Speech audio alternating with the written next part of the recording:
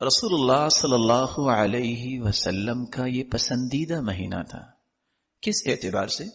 سیدنا عبداللہ ابن عباس رضی اللہ تعالی عنہ سے مروی ہے اور یہ روایت 1867 حدیث کا نمبر ہے.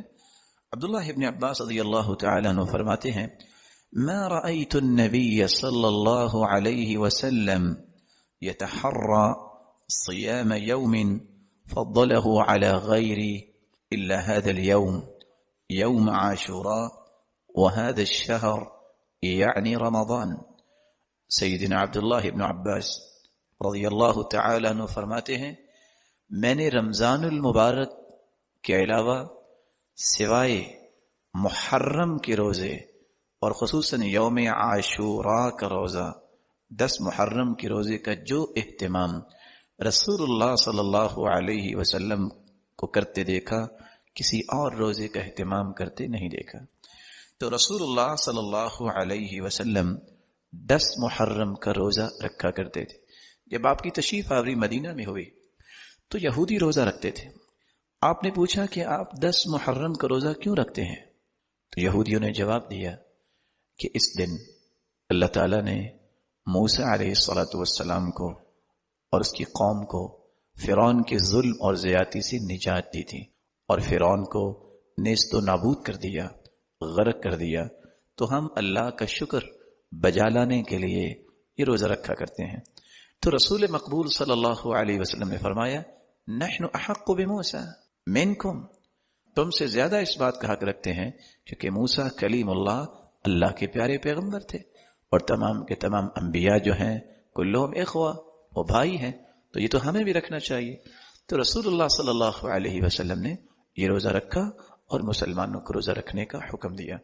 اور پھر فرمایا ان عشت الی قابل لاصومن التاسع، اگر میں آئندہ سال تک زندہ رہا تو میں 9 کا بھی روزہ رکھوں گا، 9 اور 10، تاکہ یہودیوں کی مخالفت ہو سکے. رسول اللہ صلی اللہ علیہ وسلم نے رمضان کے بعد روزے کے اعتبار سے سب سے افضل مہینہ قرار دیا تو محرم الحرام کو قرار دیا. یہ روایت بھی عبداللہ ابن عباس ابو ہریرہ رضی اللہ تعالی عنہ سے مروی ہے اور صحیح مسلم کی 1982 نمبر حدیث ہے. رسول اللہ صلی اللہ علیہ وسلم کا فرمان ہے افضل الصیام بعد رمضان شہر اللہ الذي تدعونه المحرم. رمضان کے بعد سب سے افضل روزے اس مہینے کے ہیں جس کو تم محرم کہتے ہو. شہر اللہ جو اللہ کا مہینہ ہے اور تم اس کو محرم بولتے ہو. یہ مبارک مہینہ گناہوں کی معافی کا مہینہ قرار دیا گیا. اس اعتبار سے سیدنا عبداللہ ابن عباس کی روایت جو صحیح مسلم میں 1162 نمبر پہ ہے، رسول اللہ صلی اللہ علیہ وسلم نے فرمایا احتسب علی اللہ ان یکفر السنہ التي قبلہ، جو 10 محرم کا روزہ رکھتا ہے 1 سال کے گناہوں کو اللہ تعالیٰ ایک روزے کی وجہ سے معاف فرما دیتے ہیں. اور دوسری روایت کے الفاظ ہیں، یہ روایت ابو قتادہ رضی اللہ تعالی عنہ سے ہے اور 1163 نمبر یہ روایت ہے. رسول اللہ صلی اللہ علیہ وسلم سے سوال کیا گیا وسئل عن صوم یوم عاشوراء، 10 محرم کے متعلق روزہ رکھنے کے متعلق سوال کیا گیا.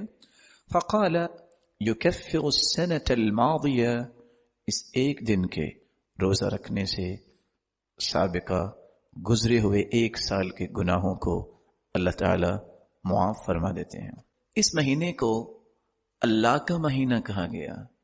اللہ کے نزدیک یہ معزز مہینہ ہے.